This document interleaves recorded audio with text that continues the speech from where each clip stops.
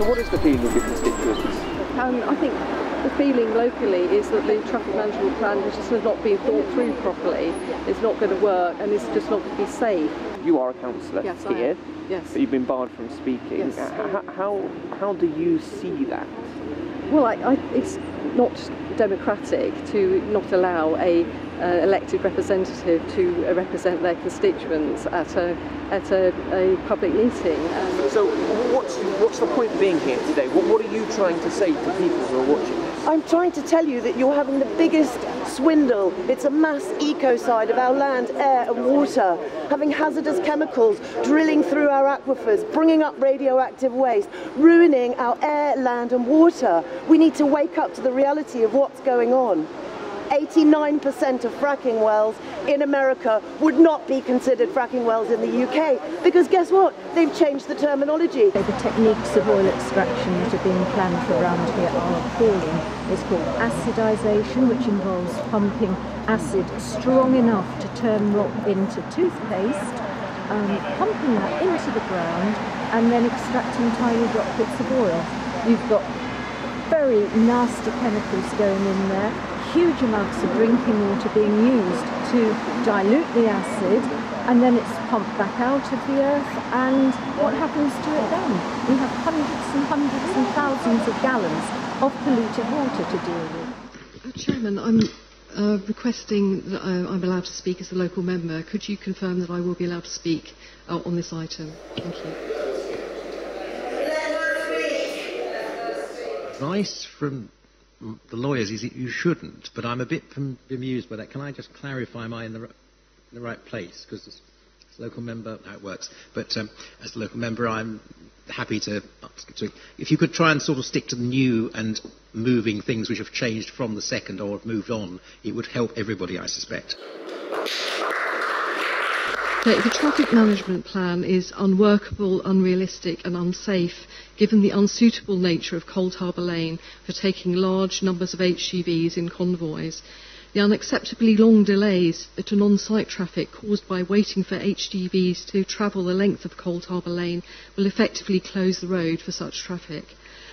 Times which are indicated in the revised transport management plan really are not realistic for anyone who actually knows the area. So far as the communication system is concerned, we're told that fixed line or satellite phone systems will be provided, but we're not told what. We're not given any detail about this. We're simply told that they'll be provided and that they'll be adequate. I was really taken aback when we looked at RICAS, because 2 days after the meeting we had last time, I was called by the management of RICAS, who actually said that they had never been consulted about the proposal that had been put to us. Now, actually, if RICAS had never been consulted, and we were being asked to to actually approve a recommendation based on that, it says quite a lot about the accuracy of the information that we're being presented with.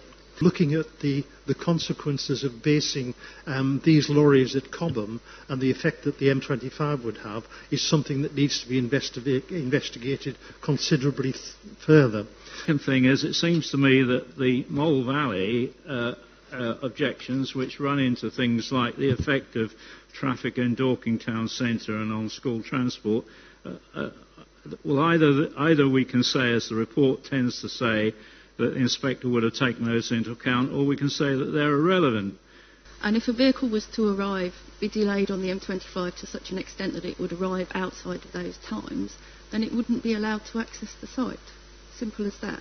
If this comes up as an issue, then surely that inevitably will take those 18 weeks and extend them, because if they keep not being able to get there, it's going to extend the time of the 18 weeks.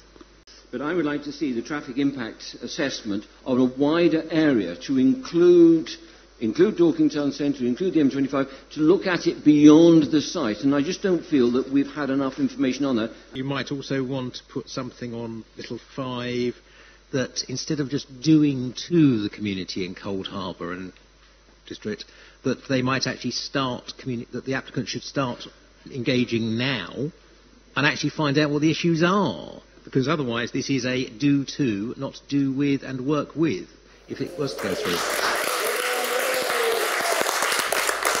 Mr Hawkins' motion for deferral to the vote. Those in favour, please show. 6. So that is obviously carried. Those 7. Sorry. So that is obviously carried. So the motion stands deferred.